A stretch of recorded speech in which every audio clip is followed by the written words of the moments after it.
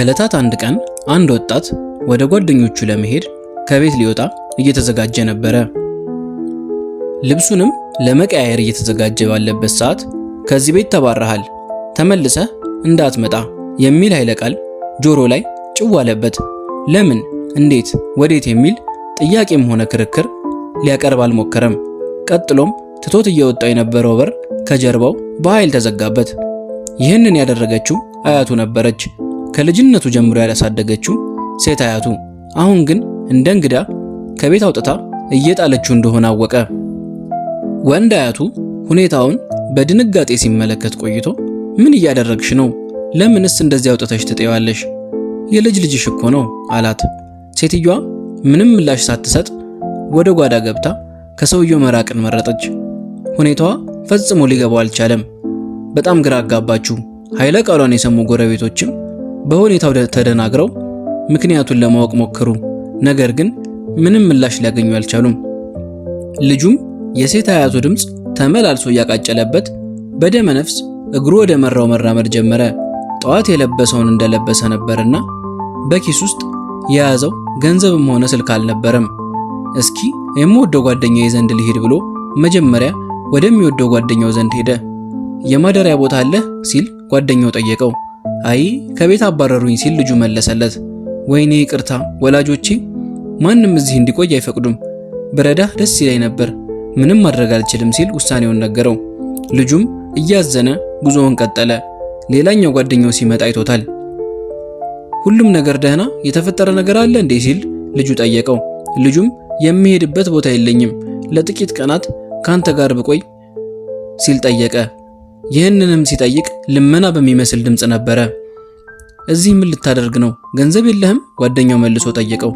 አይ ምንም የለኝም በለሰለሰ አንደበት እንዲህ ሲል መለሰለት። ይቅርታ አድርግልኝ፣ እዚህ መቆየት አትችልም፣ ቁርጡን አሳወቀው። ልጁም አንገቱን አቀርቅሮ ከጓደኛው ቤት ወጥቶ ሄደ።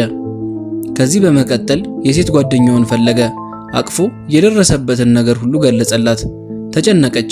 ወላጆቿን ለማነጋገር ሄዳ ድምጿ ጠፍቶም ተመለሰች።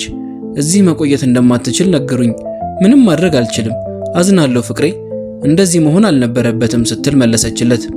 አሁን ልጁ ብቻውን ቀርቷል። ማንም ሳይኖር ብቻውን በእግረኛ መንገዱ ዳር በሚገኝ አግዳሚ ወንበር ላይ ተቀምጦ ወደ ሰማይ ተመለከተ። በሐሳብ ወጣ ወረደ። ብቻውን ለተዉት ምንም ላልሰጡት ሰዎች ሁሉንም ነገር ሰጥቶ ነበር። ሳያስበው አይኑን ባቀረረ። ሰዓታት አለፉ። ማንም ሊፈልገው እንደማይመጣ እያሰበ ሳለ ወንድ አያቱ ብቅ አለ። ወደ ቤት እንሂድ ሲል ለመነው። መሄድ ባለመፈለጉ ለምን እሄዳለሁ? እንደገና አውጥታችሁ ልትጥሉኝ ነው አላቸው። የሆነበትን አስቦ ይበልጥ እንባው መጣ። እባክህ መነኝ፣ ዝም ብለህ ና እንሂድ ሲል አያቱ ለመነው። ልጁ አያቱን ተከትሎ ምንም ሳይነጋገር አብረው መጓዝ ጀመሩ። ከቤት ሲደርሱ ሴት አያቱ ልጁን ልታቅፈው ሮጣ ወጣች። ልጁ ግን ሲያያት ወደ ኋላ ተመለሰ። ወንድ አያቱም ልጁን ጎትቶ አስቀመጠውና በተረጋጋ አንደበት እንዲህ አለው። ሴት አያትህ ይህንን ያደረገችው ጨክናባህ አይደለም፣ ዓይንህን እንድትገልጥ ነገሮችን እንድታገናዝብ ስለምትፈልግ ነው። ኪስህ ሲሞላ የምትሰጠው ሲኖርህ ብቻ ከጎንህ የሚቆሙትን እንድትመረምር ስለምትፈልግ ነው። በጓደኞች የተከበብክ መስሎህ ነበር። ጠንካራ ግንኙነት እንዳለህም አምነህ ነበር። አንተ ማየት ያልፈለካቸውን ነገሮች እሷ ቀድማ አይታቸዋለች። ስትሰጣቸው ብቻ የሚከቡህን የሚጠቀሙብህን፣ አንተ ፈላጊ ስትሆን ግን እነሱ የሸሹህን። ስለዚህ አያትህ እውነቱን እንድታይ ማድረግ ነበረባት። ያንን ስታደርግብህ ግን ልቧ እያዘነ ነበር። አትፍረድባት ልጄ ብለው አሉት። ልጁም ይህንን ሲሰማ ማልቀስ ጀመረ። ሴት አያቱም በዚህ ጊዜ ቀረብ ብላ እንደዚህ ሳደርግብህ ልቤን ሰብሬ ነው፣ ውሸትን እንድታምን መፍቀድ ስላልቻልኩ ነው፣ በጣም ወድሃለሁ ልጄ አለችው። ልጁም አያቱን አጥብቆ አቀፋት። እንደ ሕፃንነቱ ሁሉ በጥብቅ አቀፈችው። ከቃላት ሊማረው የማይችለውን አንድ ነገር ተምሯልና።